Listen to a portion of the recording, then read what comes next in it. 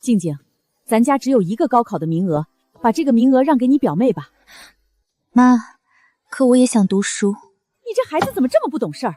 你表妹从小没爹没妈，多可怜啊！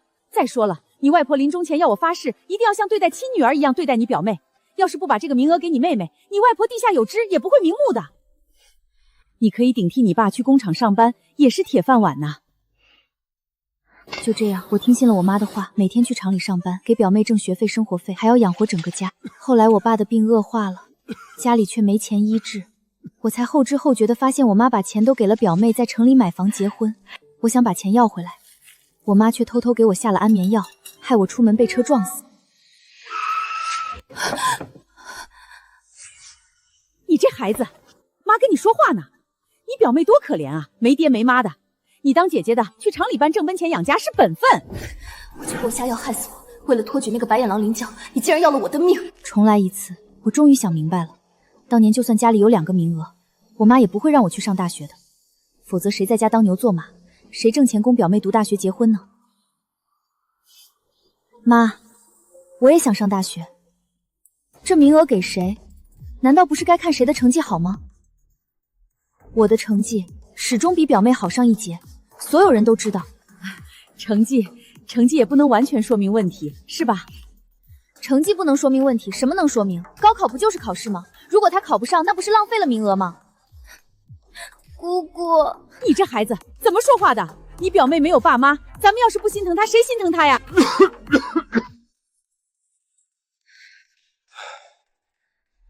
妈，自从林娇来了咱家，我的新衣服给她，我那份粮票肉票也给她，我的东西全给她了，是不是最后还得把我卖了换钱养着她呀？我又不欠她的。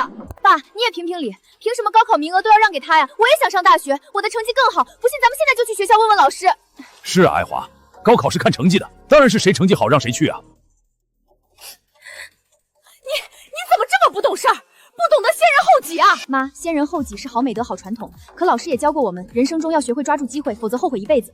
我为自己争取，这没错吧？这死丫头，你平时挺老实的，这次怎么就咬死不松口？我妈心里很清楚，只要我不松口，这件事一旦闹大了，闹到学校找到老师，高考名额板上钉钉是我。静静，妈想出一招，要不咱们抽签，抽到短的去高考，这公平吧？也不伤和气。唉，这也行。能不能上学，就看命吧。我妈无非是要拿2根一样长的草签迷惑人，等到林娇抽的时候，偷偷掐掉一段，就能骗到所有人了。这种手段用在亲生女儿身上，也算是丧心病狂。妈，我觉得抽签不科学，咱们还是看下周考试成绩来决定，如何？咱们公平竞争，反正也是要抢高考名额，比学习最公平了。王静，你这孩子非要把名额抢走才罢休吗？我从小到大怎么教你的，你都忘了？你让着点娇娇。娇娇没爹没妈的多可怜啊！又是这句老生常谈，我已经听得恶心了。既然你一意孤行，我也不惯着你。大家都来评评理啊！我妈一门心思只想着她的娘家侄女，根本不管我的死活。静静他妈，这就是你不对了。孩子成绩好，为啥不让去？高考不是看成绩吗？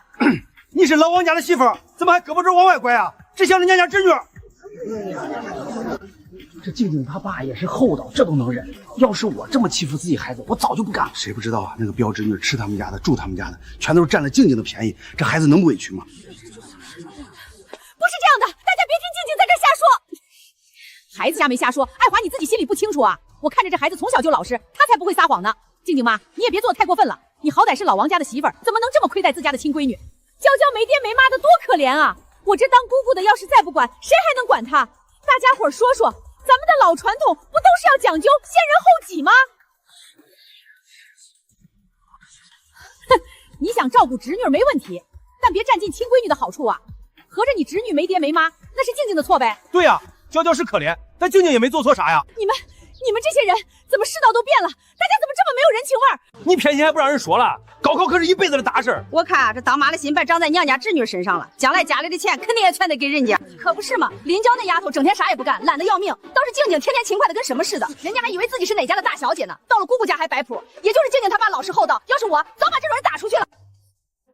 妈，求你了，我想上大学，我求求你让我去吧，我保证我以后挣的钱给林娇花还，不行吗？求你让我去考吧。你看他把孩子逼成什么样了？哪有你这么当妈的？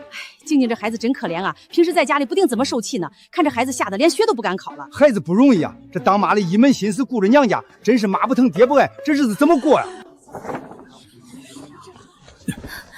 静静，你别怕，把眼泪擦干了。高考名额就是你的，谁也抢不走。这是咱们老王家的名额，凭什么给老林家的人？我爸难得硬气了一次，我妈也不敢再说明面上的话了。她不想把家毁了，就想通过这种方式逼我低头，好省下资源去托举她的宝贝侄女。可这一世，我不欠他们的。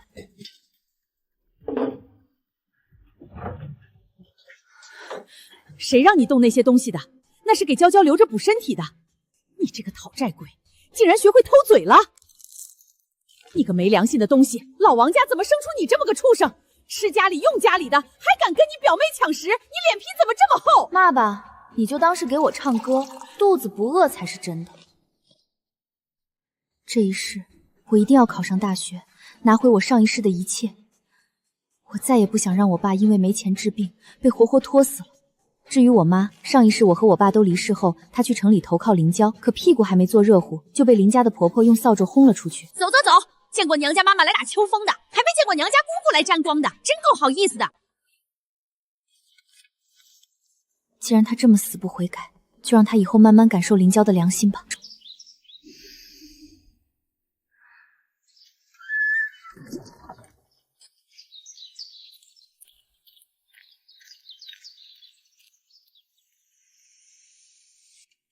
老师，那个问您个事儿，要是静静因为个人原因没法参加考试，林娇能替她去不？要是静静因为个人原因没法参加考试，林娇能替她去不？当然不行了，这准考证上的名字都是固定的，难不成以后都让林娇顶着王静的名字上学？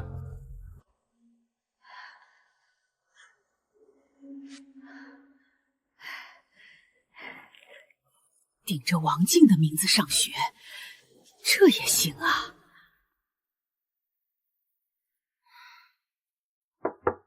出来，我有话问你。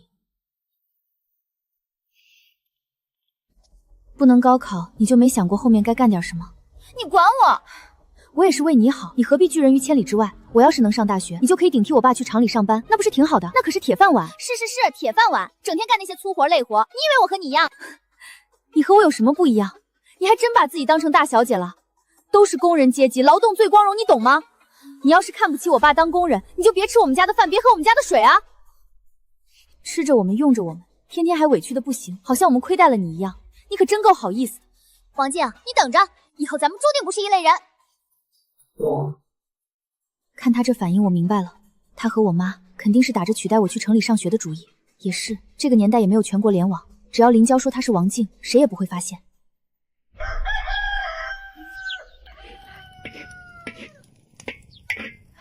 静静，快来把这面吃了，还有这水，多喝点。我妈给我的食物和水，我都不敢沾，生怕她再害死我一次。当然，现在她不会让我死，她还需要我做牛做马，给林娇挣学费呢。可她一定会想尽办法不让我参加高考，让林娇取而代之。高考前一晚就是最危险的日子。爸，我想到一个办法，考试地点是市里的一所学校，我打算提前住到同学家去。班上的冯香香，她奶奶家就在市里，我和她关系不错，只要带点吃的上门，应该不会被拒之门外。来住1-2天算啥事？还带东西，这孩子太客气了。我爸妈说太麻烦您了，您才是客气呢。王静，你给我出来！别以为我不知道你就在里面。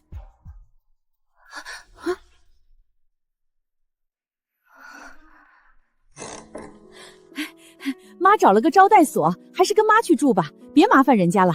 静静啊，那个招待所离考试地点更近呢。我看着我妈热情欣喜的笑容，如同置身冰窖一般。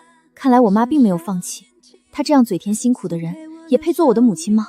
妈，不用了，我和香香都说好了，明早一起去考试。都说了，妈找了招待所。静静，你听话，跟妈走吧，别留在这儿影响人家香香了。静静他妈，别客气了，让孩子住下吧，家里有地方住。哼，高考可是大事，我得让静静住在更好的环境里。这话什么意思？是嫌我家环境不？看来我想躲是躲不掉的。奶奶，我妈这人不会说话，您别跟她生气。今天就不打扰您了。这就对了，走，跟妈妈去招待所，那边环境好。妈，我参加高考，你带着林娇干嘛？娇娇想来见识见识，干嘛？来看看都不行？当然行，你说行就行，看你们今晚怎么演。上一世，我妈就是给林家四处刷人情卡，才找了这间招待所。如今我竟也有这个待遇了，很可惜，我妈和林家必然准备了巨大的惊喜等着我。毕竟还是年轻，心里藏不住事。这张脸已经把她的野心写得清清楚楚了。静静，喝牛奶补身体，快喝了好睡觉。这些年家里的牛奶都进了林娇的肚子，我连滋味都没尝过。如今我妈终于舍得给我一杯牛奶了，可惜这是被加料的牛奶，就和上一世送我上西天的计谋一模一样。这么好的东西，您还是给娇娇喝吧，她身体弱，需要这个。还是你喝吧，你明天高考是要用脑子的，快喝吧。原来牛奶是这个味儿啊，可真好喝。原来牛奶是这个味儿。林娇，这么好喝的东西，怪不得这些年你想一直喝，甚至连我的那份都要抢走呢。姐，你看我干什么？我是看你明天考试辛苦才让姑……你少拿这话来压我。哎呀，我肚子好疼，我要去厕所。快去快回，别耍什么花样。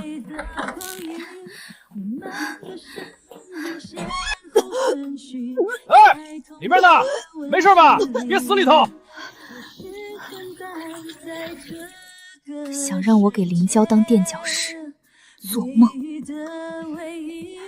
回来了就赶紧躺下，灯我关了啊。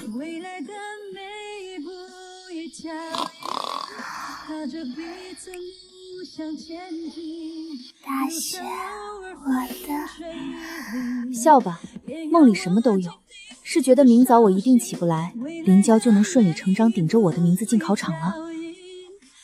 这年代安眠药不管治，我爸身体不好睡得轻，家里常年备着这药。小姑娘接水啊？是啊，我妈和我妹口渴给他们备着。哦，那你快去吧。哎，妈，上一世你把我逼上绝路，这一世我一定要参加高考改变命运。这睡眠质量就算打雷都吵不醒你们。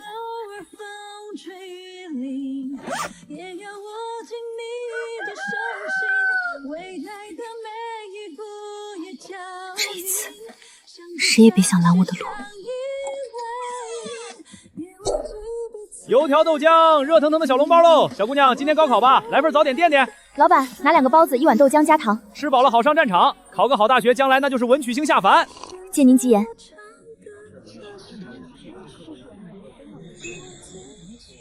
师傅，求求你让他进去吧，他是考生，他准考证弄丢了，真的是丢了，我是他妈，我能证明。这位同志，请自重，没证件一律不准入内，这是铁律。师傅，我真的是王静，你就让我进去吧。刚才已经进去一个叫王静的，人家证件齐全，长得也比你像个读书人，你再闹，我可喊公安了。这姑侄俩贪婪且丑恶的嘴脸，简直恶心。这一世，我不仅要考好，我还要飞得比谁都高。我要让你们在往后的每一天，只要想起今天，都悔得想扇死自己。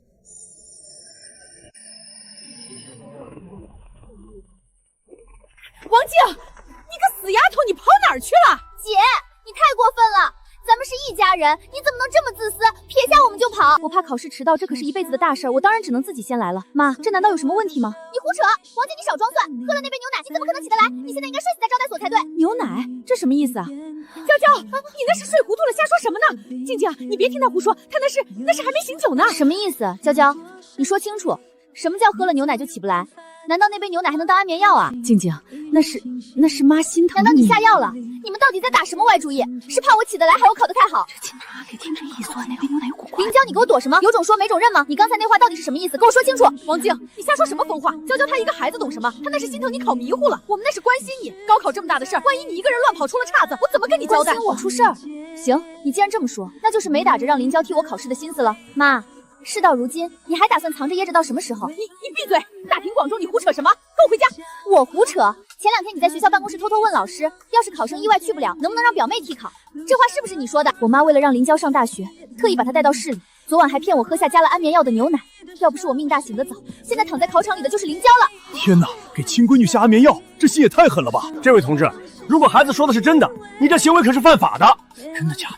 看这当妈的脸色，多半是被戳中痛处了。这还是亲妈吗？为了个侄女毁了亲闺女一辈子，也太过分了。真可怜啊，这肯定是后妈吧？亲妈能干出下药顶包这种事儿？这人心太黑了，没准还是惯犯，赶紧报官，现在就找公安，把他们带走！把他们带走！同学，出什么事了？需不需要帮忙？哪位同志，你先别走，把话说清楚，到底是不是给考生下药了？没影的事儿，你们少管闲事儿，快走快走！王静，你竟然还敢回来！你把老娘的脸都丢尽了，你还有脸回这个家？吃闲饭的寄生虫都还在家里享福呢，我又没做错事，凭什么不能回自己家？爸，我考完了。怎么样，静静？题目难不难？考得很好，大部分题都很简单，我有把握。这就好，这就好啊！咱老王家这是祖上烧了高香，积了厚德了，终于也要出一个文曲星，出一个大学生了。那考得好也没用，王静，不是当妈的泼你冷水。咱们家现在的情况供不齐，我告诉你，王静，别以为你考得好就能上天，咱家现在的家底供不起你，这就是你的命。我劝你早点把那点花花肠子给我收了，想明白了就去厂里顶你爸的班，那可是铁饭碗，多少人求都求不来，你别不知好歹。原本指望这死丫头懂事点，顶替你进厂上班，那是现成的铁饭碗。他倒好，猪油蒙了心，去考什么老死的大学？那大学能当饭吃吗？有1分钱工资拿吗？一家4口人都要张嘴吃饭了，谁来养活这个家？难不成让全家人都勒紧裤腰带陪他饿死？看着我妈这副扭曲恶毒的表情，我心里竟然没有一丝一毫的畏惧。上一世，她总是用那种轻声细语的伪善，裹着恶意把我推向深渊。现在她叫得越响，说明她心里越慌。这只说明一件事，她再也拿我没办法。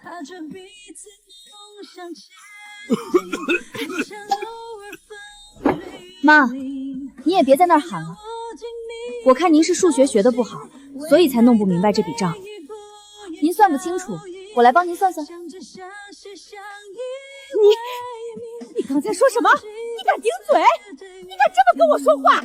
妈，既然您算不清楚这笔账，我数学好，还是让我给您算一算吧。咱们家总共就4口人，您和我爸2个正式工，拿的是厂里的旱涝保收的工资，搁在外面1个工人养活全家4、5口人的有的是。咱们家这条件本该是这乡里顶好的，我不想听你那些话。您别告诉我家里没存款，那我可得当着我爸的面问问了，咱们家这些年攒下的钱到底都去哪儿了？你管钱去哪儿了？家里吃喝拉拉哪样不要钱？我去上大学，你们只需要准备第1年的学费，至于以后的生活费，我会争取奖学金，自己打工解决。反倒是林娇，娇娇，你现在也成年了吧？这街坊邻居的孩子像你这么大的，早就职专毕业出去找活干了。咱们家能供你读完高中，已经是仁至义尽了。说句难听点的话，咱们王家养了你这么久，没指望你报恩，可你这么大一个人了，难道还打算一辈子躲在我妈身后吃闲饭，当一辈子寄生虫不成？他没爹没妈，多住2天怎么了？你非要逼死他是不是？妈，您去乡里看看，谁家像林娇这么好命？人家15、16岁就赚钱贴补家用了。咱们家这条件能供出2个高中中戏，已经够让人眼红了。王家的钱得紧着王家的人花。林娇，你也别躲在我妈身后装死，你到外面街坊邻居那儿看看去，谁家姑娘像你一样好逸懒劳、年轻怕重，家里供你吃供你穿，连你那份活计都是我干的。你想当寄生虫可以，现在外面多的是想成家的，你干脆出去找个男人嫁了，去霍霍别人家，别在那儿趴在我们王家身上吸血。要是你还想留在这屋檐底下，成，从明天起你得上班，得交生活费，否则王家不留你。姑姑，你听听他说的话，他这是要把我往死里逼啊！王静，你说的什么屁话？你凭什么轰娇娇走？这个家什么时候轮到你个黄毛丫头做主了？你眼里还有没有我这个妈？我告诉你，我还没死呢！您是我妈没错，可你也别当全天下的人都是傻子。既然今天这层窗户纸都戳破了，那咱们就把账算算清楚。您算计的真好，把我跟我爸都安排的明明白白的。我去当苦力供他，我爸带病挣钱养他。那我问问林娇她自己做什么？难道就因为她没爹没妈，就要一辈子赖在家里吃闲饭？妈，我们王家不欠他的，这么多年我们对他只有恩没有仇，他到底要赖在家里到什么时候？这些话上一世我憋在心里到死都没说出来，如今说出口，我都嫌说得太晚了。王静，你就这么容不下我？好，我去死，你就满意了，我这就把这条命赔给你们王家。王静，你是要逼死娇娇，逼死我啊！你个丧门星，你怎么这么狠的心啊？老王，你倒是说句话呀！你看看你生的这个好闺女，一点人情味也没有，她眼里还有没有长辈？你舅舅舅妈走得早，你外婆临死前手都抓烂了，就惦记着林娇这一个亲骨肉啊！你现在要轰她走，那是往我心口扎刀子。你要轰她，干脆把我也一起轰走得了。别以为哭2声就能糊弄过去，林娇，你一向心思多，别装了。你说说你的打算，赵氏好假的妻文，要是还想趴在我身上喝我的血吃我的肉，你就趁早死了这条心。娇娇啊，你也别寻死觅活的了。名额的事儿既然定了，日子总还得过。你要是真不想去厂里吃那个苦，咱们找个媒人，寻个本分人家把你嫁了，也不是不行，总归有个着落。我不要！凭什么让我随便找个人嫁了？这破镇子里能有什么好男人？除了满身油烟的工人，就是泥腿子。我才不要一辈子被锁在这个穷地方。这才是他的真心话。他这种人，自私自利到了骨子里，哪怕吃着王家的饭，心里也从未瞧不起过王家。爸，您听到了吧？咱们家这尊大佛，咱们这间小庙，怕是招不下了。妈，您看人家心气儿高着呢，瞧不上咱们镇上的人。现在高考名额他拿不到，顶替我爸去上班他嫌累，找人结婚他嫌差。您是他亲姑姑，您倒是说说，您到底给他存了什么高招？娇娇去不了厂子，她从小身子骨就弱，那车间里又是铁粉又是重活的，她这身体受不住。她那是富贵命，怎么能去干那种粗活？她身体不行。妈，您这瞎话编的连邻居都不信。家里的鸡蛋肉票哪次不是全进了她的肚子？全家最有营养的东西都为了她，她比谁都壮实，装什么林黛玉？林娇，你给我听清楚了，合着我能去厂里顶班当苦力，你就娇贵的下不了地？有名人说过，劳动是最伟大的。你凭什么看不起工人？要是没我爸这个工人辛辛苦苦挣钱养活，你能长得这么白白胖胖？你少拿大道理压人。反正我已经打听过了，现在国家政策下来了，只要不超过25岁，还没结过婚，明年还可以再参加高考。明年娇娇一定能考上，到时候她就是大学生，不用去厂里当一身臭汗的工人。妈，你听听你说的什么话？刚才你还口口声声说家里穷的连我这个考上的都供不起，现在倒是有钱碰林娇在家白吃白喝1年，再供她考大学了。咱家的钱是长了眼睛还是认人？供我就没钱，供她就有。她已经颠倒是非黑白，自私偏执到了极点。妈，话都说到这儿了，您就别再绕弯子了。您心里到底是怎么打算我的，又是怎么打算林娇的？当着我爸的面，您说明白了吧？静静，你听妈的一句劝，那大学咱先别去了，你去厂里上班顶你爸的岗，每个月挣了工资供娇娇读书，妈求你了，只要你肯点头，妈这辈子都感激你。你那去世的舅舅爹妈还有你外婆，他们在天上看着呢，一定会保佑你的。保佑？妈，您这保佑留给林娇吧，我受不起。我不同意，我要上大学，我更不会供林娇，谁也别想让我当她的垫脚石。爱华，你简直是疯了！这么多年，咱们老王家对林娇已经做得够多了，对得起他爸妈，更对得起你爸妈。家里供不起2个大学生，这名额是静静自己考的，就得以静静为主，你别再执迷不悟了。姑姑，你救救我！你答应过外婆不会不管我的，我现在就剩你一个亲人了，求你别不要我！我想上大学，我想出人头地。我爸我妈当年都是大学生，他们最大的心愿就是看着我成才啊！我身上流着他们的血，我不想一辈子窝在这个破镇子里当个满身臭汗的工人，那会要了我的命的。林娇，你口口声声说你可怜，说你不想当工人，那我呢？我爸也是工人，难道我就活该替你去当这个工人，活该被这镇子锁一辈子？妈，事到如今，该说的都说透了，是选你的亲生女儿，还是选你的宝贝侄女？娇娇没爸没妈，她在这世上。静静，如果你心里还认我是你妈，你就听我的，把大学机会留给娇娇，你去厂里顶班那是铁饭碗，妈求你了，会感激你一辈子。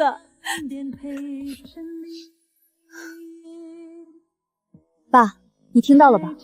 这就是他给我的答案。爱华，你凭什么这么自私？你到底有没有心啊？你为什么这么狠心？林娇是你侄女儿，可静静才是你怀胎10月的亲生女儿。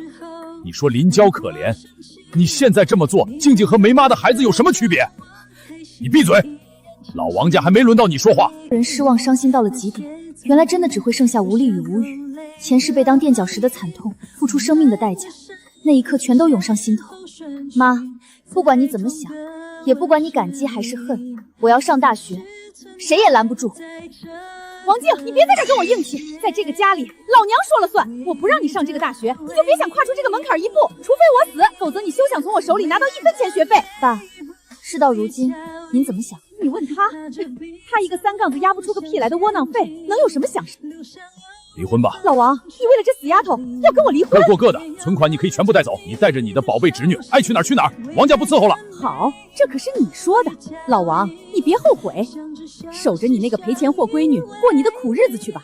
娇娇，走，咱们去你外公留下的旧房子住，姑姑以后全心全意供你，咱不受这鸟气儿。这一场闹剧终于以我爸妈的决裂为代价落下帷幕。其实这就是我的目的，我就是想在上大学前和我妈林娇做一个彻底的磕顿。就这样，我妈为了林娇毫不犹豫地拿走了家里所有的存款，和林娇一起搬到了我外公外婆的旧房子去住。爸，以后家里就咱们俩了。静静，你说爸这辈子是不是挺失败的？总以为人心能换人心，我掏心掏肺对他们，原来不行，到头来连个家都守不住。我这是造了什么孽呀？爸，您别这么想，要走的人留不住，可不想走的人永远会在身边陪着你，这才是亲人的意义。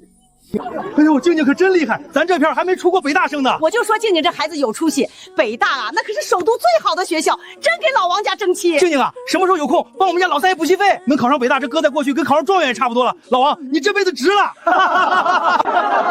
瞧瞧，这才是真凤凰。要我说，静静这么好的闺女，不比那个整天缩在屋里干啥啥不行的林娇强出100倍去。可不是嘛，林娇那丫头奸懒馋花，这脑子里装的是什么？占全了，真不知道这亲生金凤凰不疼，非去捧个草包侄女，还闹得离了婚，真是活久见。静静，这钱是你大伯和老叔凑的，还有你爷爷奶奶把压箱底的养老钱都拿出来了。咱老王家出个北大生，那是光宗耀祖。爱华带走的那些钱，咱不稀罕，只要全家勒进裤袋也要供。好孩子，拿着，这是奶奶奖励你的。爸、爷爷奶奶、大伯、老叔，这钱我一定省着花。服务员，结账。来了，您这桌一共3块4，收您5块，找您1块6，您拿好，慢走。静静，这2个月干得不错，这是你最后一份工钱，加上学校补助，第1年学费该够了。谢谢老板。爸，等到了大学，我会努力申请奖学金，还会勤工助学。您在家里别舍不得吃喝，以后的学费、生活费我自己能解决，您不用再操心了。静静，你真是太懂事了。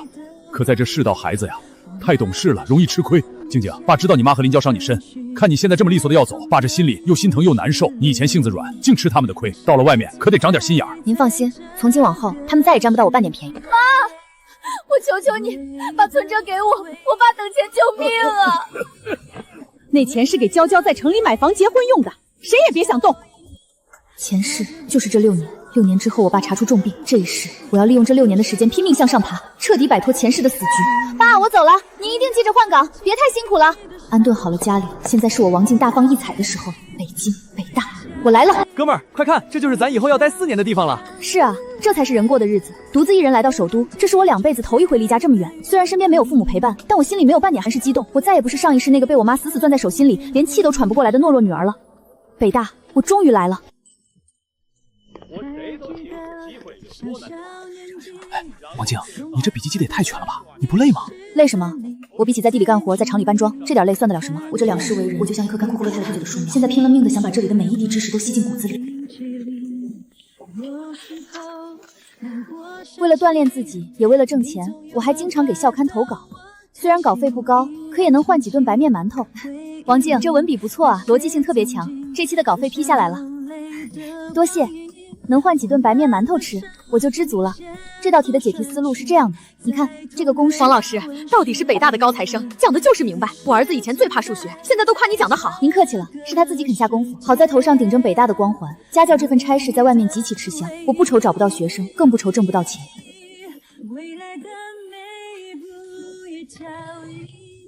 一学期，身体好了，钱也有了。妈，林娇，你们恐怕做梦都想不到，我王静离了你们，能活得这么精彩吧？关于概率学深层的推演，有一本参考书讲得最透彻，叫《高等概率律精要》。可惜啊，那书是绝版货。教授提的那本书，听说咱学校图书馆也只有2本。别想了，那是学校珍藏，咱们学生根本摸不着。老师，我想借阅那本《高等告必论精要》，请问在哪个书架？那书是学校珍藏，一共就2本，不对学生外借。我就在馆里看也不行吗？不行，只有教师证才能借出来。同学，换一本吧。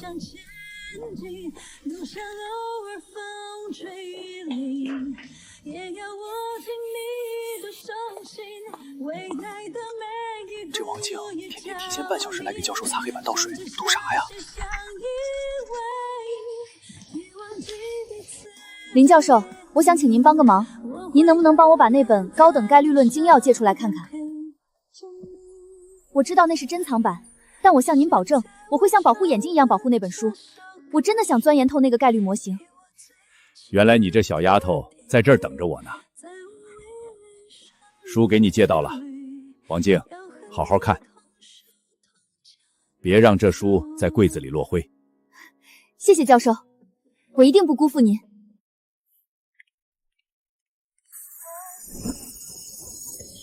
林教授，王静啊，对不起，我赶时间了。每次我这课还没彻底下完，你就像脚底踩了风似的。怎么，又是赶着去做家教？原来是做家教啊，怪不得天天穿那2件旧衣服。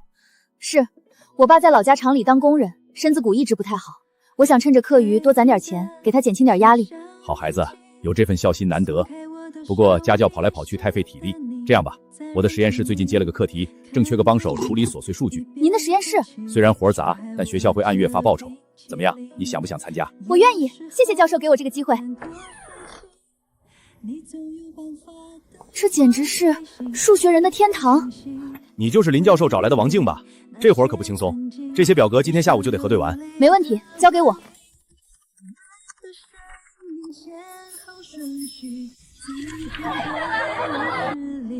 王静同学，鉴于你大学4年成绩全优，在实验室表现极其突出，经校委员会研究决定，正式聘请你留校任教。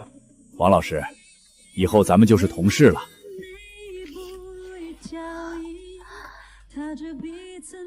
我终于做到了，我终于靠着自己的努力，成为了北大教师的一员。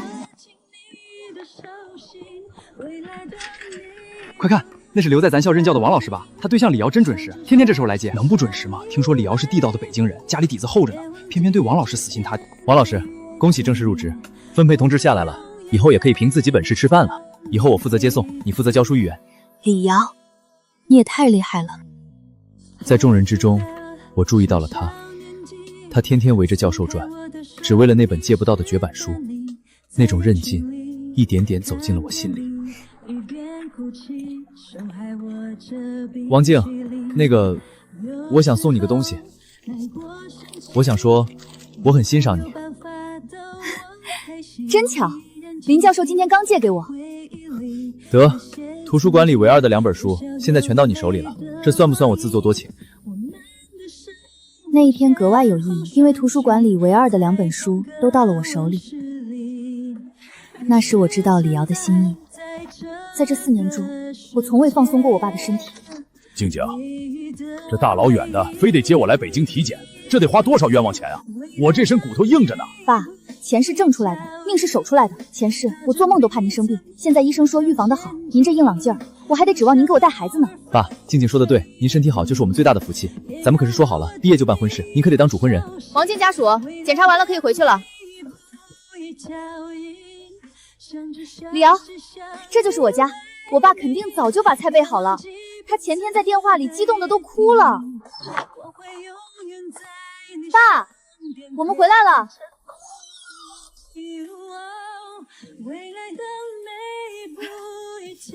哎呦，静静回来了，快进屋坐，外头太阳大。哎呀，这就是小李吧，真精神啊！首都的孩子就是不一样，快进来歇着。静静，这位是……你不是说家里只有咱爸吗？我也想知道他为什么会在这里。爸，这到底是怎么回事？静静，你先别生气，你这几年在北京上学，有些事儿你不知道。我有什么不知道的？我听邻居说了，林娇这几年复读出了个什么名堂。爱华同志，林娇这都复读1年了，也没考上个名堂。现在国家政策虽然宽，但她年纪也不小了，总这么在家待着不是个事儿。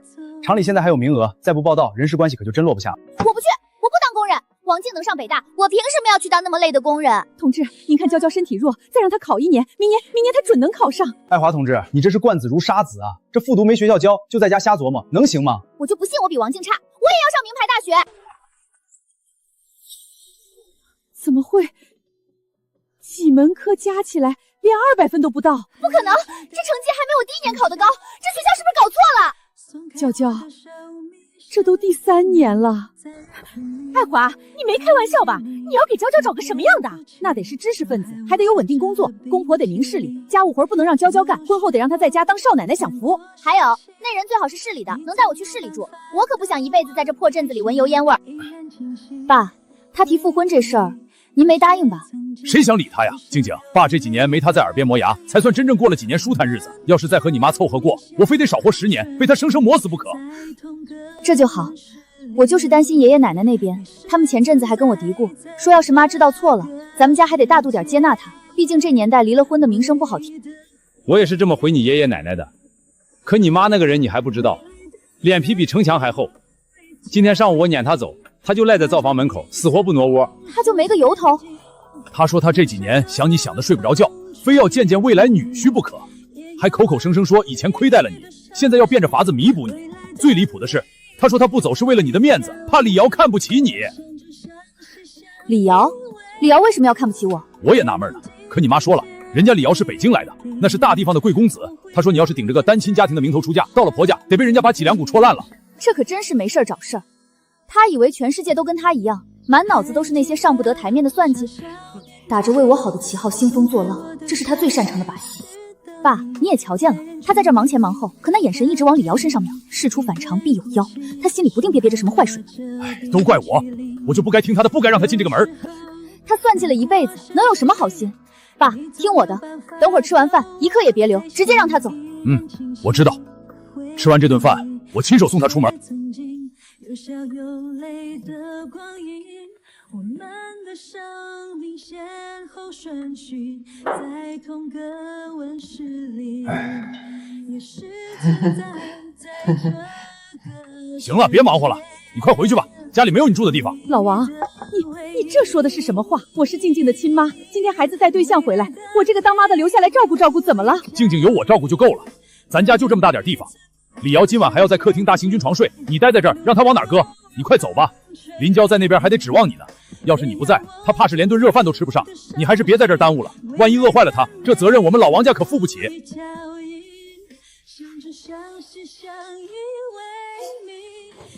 行，那我明天一早再过来，我这个亲妈得在这儿给他撑撑脸面，免得让人家看清了。不用，真不用。明天我们要带小李去静静爷奶家，还要去大伯家，那都是自家人。你一个离了婚的跟着去算怎么回事？妈，我爸说明白了，明天我们家有自己的安排，您还是多操心操心林娇吧。听说她现在连口热饭都吃不上。行，那我就先回。静静，妈这可都是为了你。行了行了，快走吧，别耽误了。我会永远在你身边陪。姑姑，怎么样？见着那个北京来的了吗？真像你说的那样？娇娇，你是没见着，那小伙子长得那叫一个精神，听说在首都上班，家里条件好得不得了，那谈吐，那气派。我妈真是无利不起早，他们这不仅是想吸我的血，这是看上了我的男人，想把李瑶当成林娇的接盘侠，真是不知死活。静静，怎么了？我刚才跟出去，听见我妈和林娇在那儿商量呢。林娇说了，像你这么好的条件，配她正合适。你妈是不是魔怔了？林娇看上小李，她也不拿尿撒泡尿照照自己，小李又不瞎，能看上他那个寄生虫？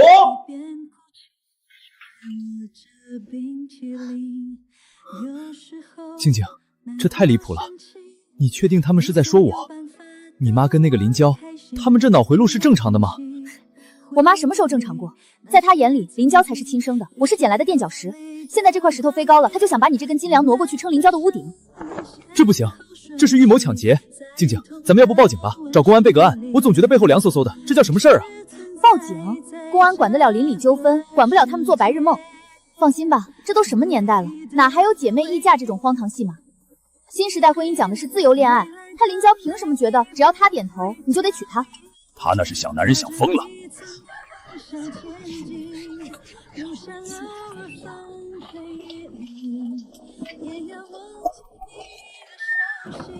哎呦，这小伙子真气派！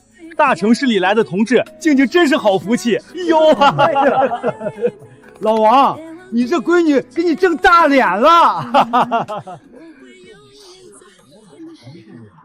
哎，咱们的北大贼女来了，快快快，座儿都给你留好了。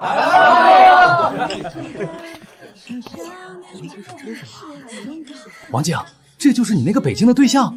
好家伙，这气质，咱镇上找不出第二个啊！静静，你瞧瞧那边，以前这种聚会，林娇请都请不来，嫌咱都是土包子。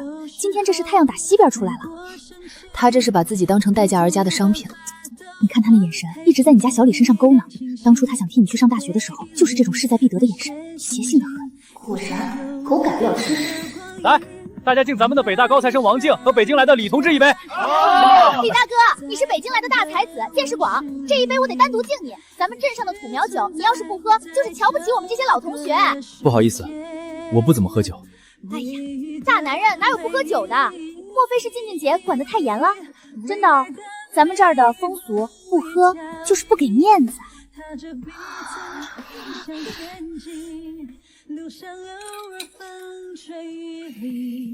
静静，这人是不是有毛病？哪位是王静？前台有你的电话，说是急事儿。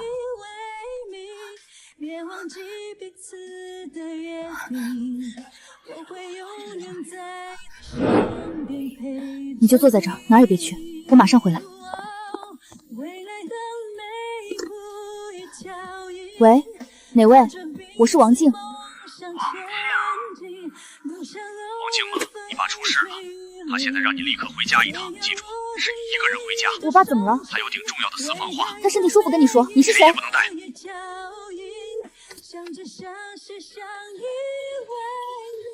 我爸出事了？不可能啊！前几天体检还好好的。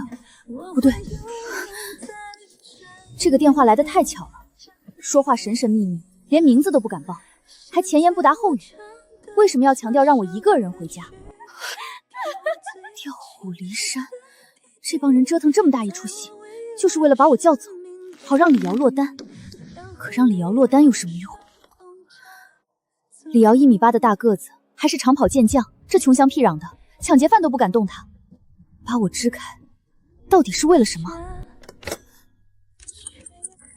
喂，林阿姨吗？我是静静，麻烦您帮我个忙，帮我问问我爸在不在家。哟，静静啊，行，你等会儿，阿姨这就给你喊一嗓子。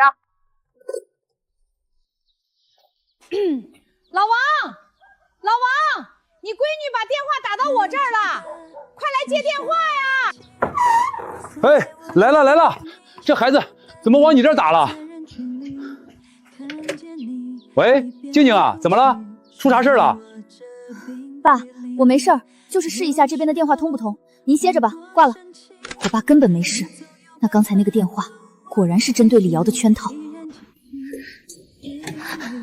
那些曾经日烧有泪的光阴，我们的生命先后顺序，在同个温室里。李哥哥，你这是怎么了？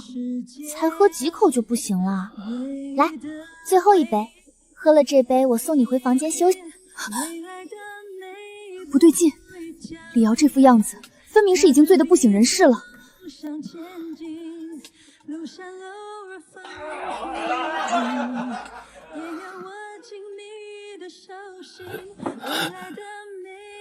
李哥哥，大老远从北京来，这可是咱老家最纯的粮食酒，再喝一杯嘛，就1杯。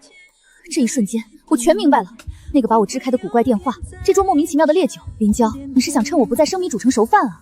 在这80年代，要是女同志当众指认男人耍流氓，李瑶这辈子的前途名声就全毁了。你想逼他娶你，真是打了一手好算盘。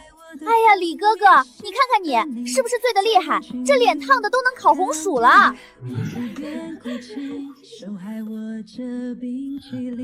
要不我送你回家吧，反正我正好顺路。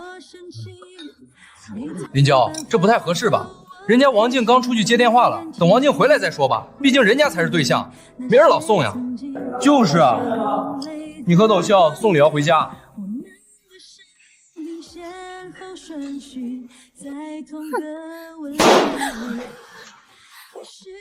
等王静，他都走了半天了，谁知道去哪儿疯了？说不定是家里真出什么急事儿，早跑了。林娇，你别多事了，谁不知道你跟静静平时连话都不说，这会儿充什么好妹妹？就是一家人就更得避嫌。你们管什么闲事？一个个吃饱了撑的是吧？王静指不定跑哪儿躲静静去了，我是她妹，我送我姐夫，关你们屁事儿！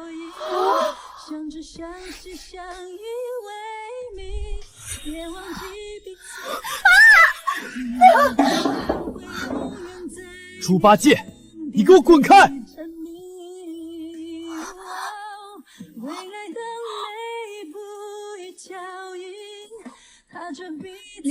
李哥哥，你叫我什么？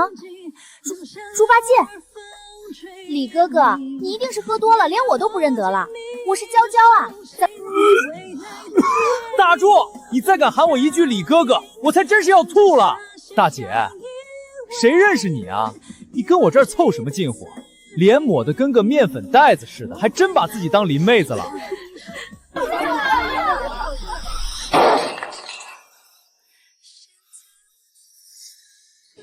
你以为我不知道啊？你以前一直欺负我们家王静。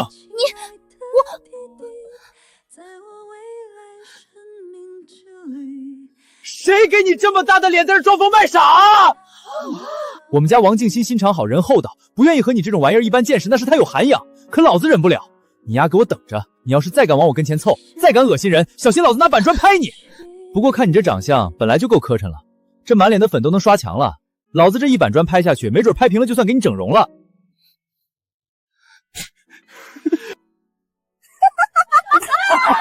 就说他是个跳梁小丑吧，真把自己当盘菜了。你不照照镜子看看自己，几几俩想撬人家王静的墙角，自取其辱，真是活久见，这回脸丢到姥姥家去了。李瑶，你敢骂我？你凭什么这么羞辱我？你以为你是谁啊？我骂你，我不抽你就是客气。告诉你，老子这辈子确实不打女人，可你这种不要脸的奇葩，那是个例外。李瑶，你会后悔的！你居然敢这么对我！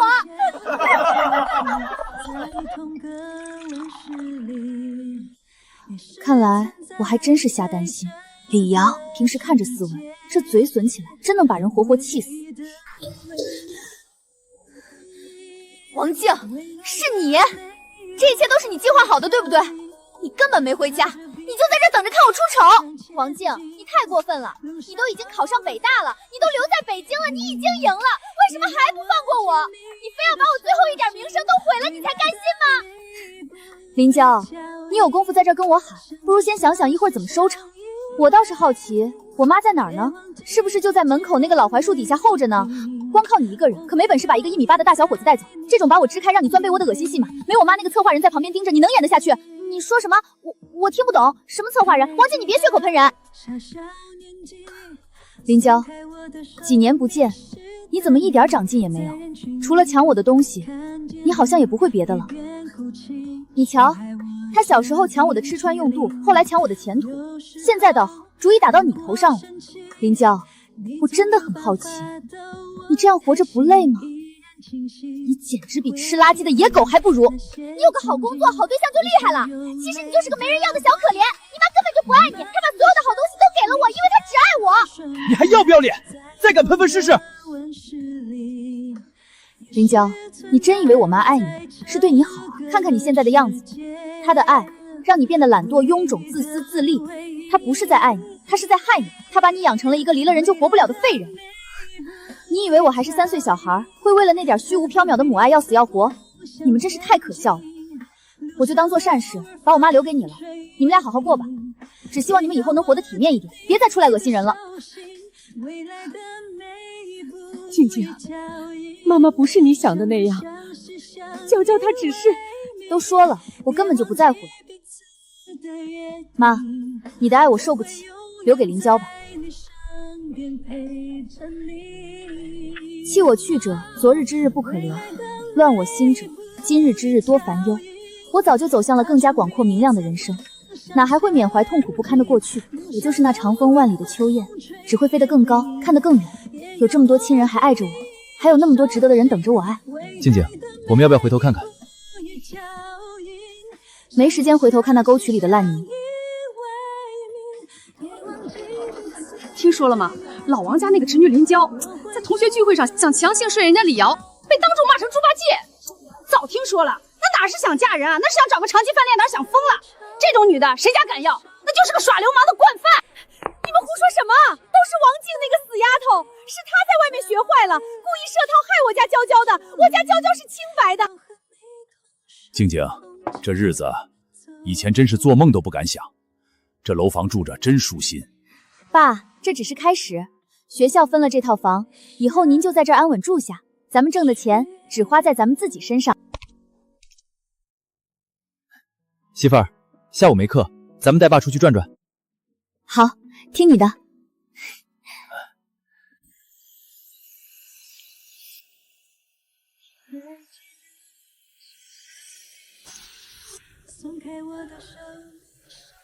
乔乔，那不是当年威风凛凛的爱华吗？听说这屋子一到雨天就跟水帘洞似的，他还没搬走呢。搬哪儿去啊？钱都给他那个宝贝侄女败光了。自从10年前在饭店闹那一出，这全镇谁家男人不躲着林娇走？那也是他自找的。3年考了3回，听说最后一次连准考证的名字都写不利索。3年了，考了3年。娇娇，你以前不是说你一定能比静静强？娇娇，快把这鸡蛋吃了，明年咱准能考上。气死王静那个死丫头，烦死了！这题这么难，我看那王静就是走了狗屎运。10年了，她当了这么多年寄生虫，心思根本不在学习上。我倾尽所有，最后却养出了一个连高考资格都保不住的笑话。快走吧，这屋子里一股子霉味儿，闻着都晦气。大兄弟，您看这厂里还缺人不？我家娇娇那可是读过高中的，心思灵，这活儿您再帮着给说说。爱华，不是我不给你面子，上回介绍他去翻商车间，他干了不到3天，嫌铁粉脏了他的裙子，手一拍就走人。这回介绍他去包装组，他又嫌累，说不住。那是他身子骨弱，多磨练磨练就好了。哼，拉倒吧，全镇都知道你那侄女是个祖宗，咱这厂庙小，供不起这种嫌脏嫌累的大小姐，你还是让她回家躺着当少奶奶吧。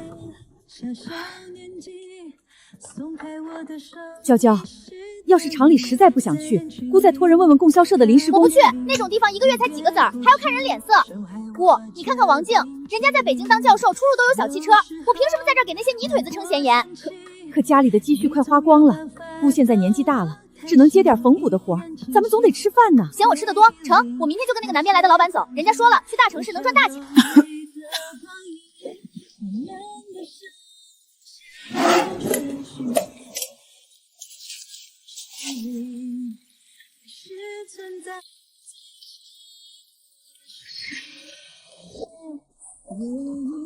爱华，又捡废品呢？还没临交的消息？走了好几年了，没回过信。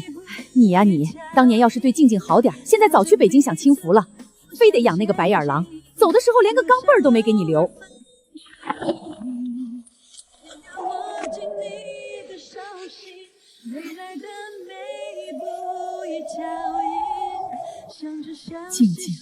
静静真的考上北大，成了教授了。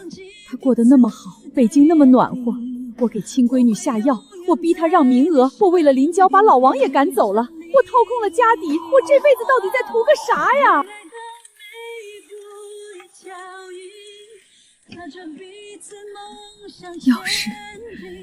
要是当年我没听我妈的，要是当年我没由着临交那个白眼狼，静静那孩子打小其实最孝顺的，老王也厚道。要是我没偏心，现在我也能在北京住上大楼房，也有人给我倒杯热水，也有人嘘寒问暖。我亲手毁了这一切，我把我的亲闺女当成垫脚石，却把那个吃人不吐骨头的白眼狼当成宝贝瓜打。到头来，静静飞高了，临交跑了，就剩我一个守着这间等死的破屋子。死骗子！你说带我来当少奶奶，你说你有大生意，你把我的钱全卷走，你不得好死！瞧那疯婆婆穿的不伦不类，准又是被骗来的。看什么看？我以前在老家也是有人伺候的命。我不干了，这种脏活是人干的吗？我的手都要泡烂了。不干就滚！洗个碗还嫌累，你当你是哪家的大小姐？半个月工资你别想要了。谁稀罕你那几个臭钱？这件衣服针脚有点乱，能不能便宜点？爱买不买，嫌贵去地摊啊，跟我这废什么话？林娇，你怎么跟顾客说话呢？你被开除了，立刻走人！王静，你以前就是给我当垫脚石的命，你穿补丁衣服，你吃我剩下的饭，凭什么你现在能在北京住大房子嫁好男人？凭什么我就得缩在这个发臭的地洞里打零工？行了，别缠着我了，也不瞧瞧你自己那副德行，还指望我带你吃香喝辣？滚远点！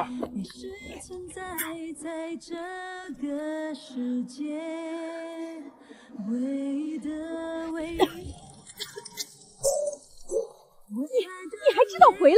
这这些年你死哪儿去了？钱被你拿光了，我就活该在这儿等死吗？行了，叫唤什么啊？这破地方怎么还是这副穷酸样，真没法住人。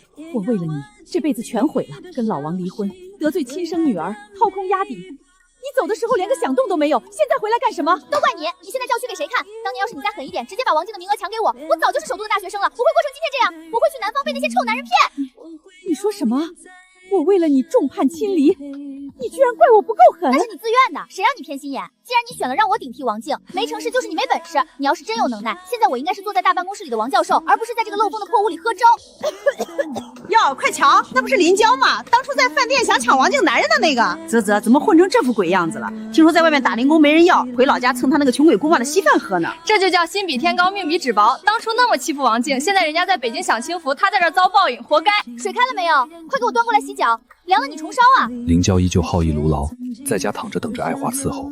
爱华身体越来越差，日子越来越艰难。林娇终于明白，她这辈子毁在了自私和懒惰里，也毁在了爱华毫无底线的偏心里。可惜，一切都晚了。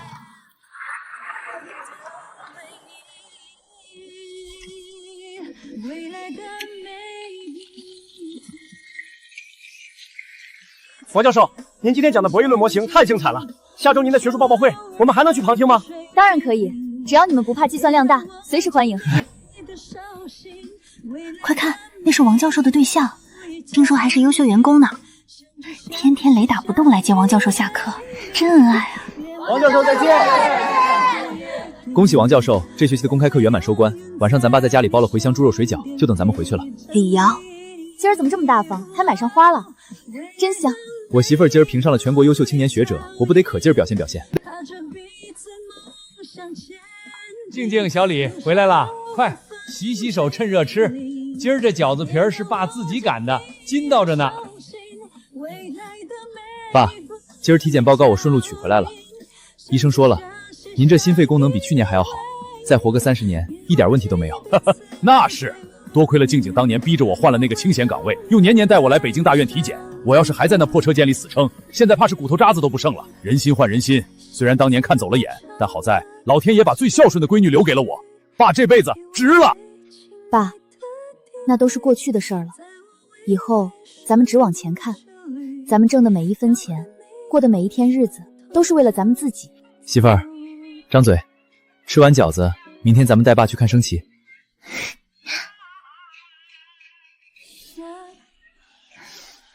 我就是那长风万里的秋雁，飞得越高，眼前的天地就越宽广。